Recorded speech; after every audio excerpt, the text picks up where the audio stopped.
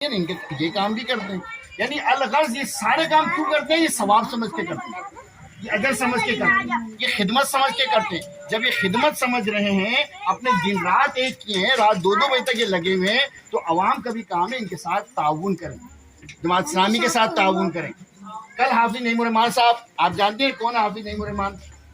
جو کراچی کے امیر تھے، کراچی کے بڑے تھے جماعت اسلامی کا، وہ پاکستان کے امیر ہیں.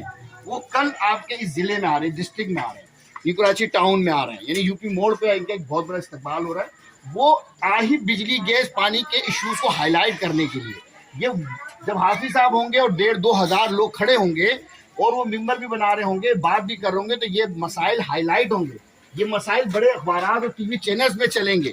تو بڑے لوگ، تو یہاں کا ایم پی ایم این اے نہیں آ رہا، یہ تو امیر جماعت پاکستان ہے، وہ یہاں آگے جب بات کر رہے ہیں تو ہماری ذمہ داری، ہم آپ کو آج اس لیے آئے ہیں، کام تو یہ کر رہے ہیں، اب اس کام کا حق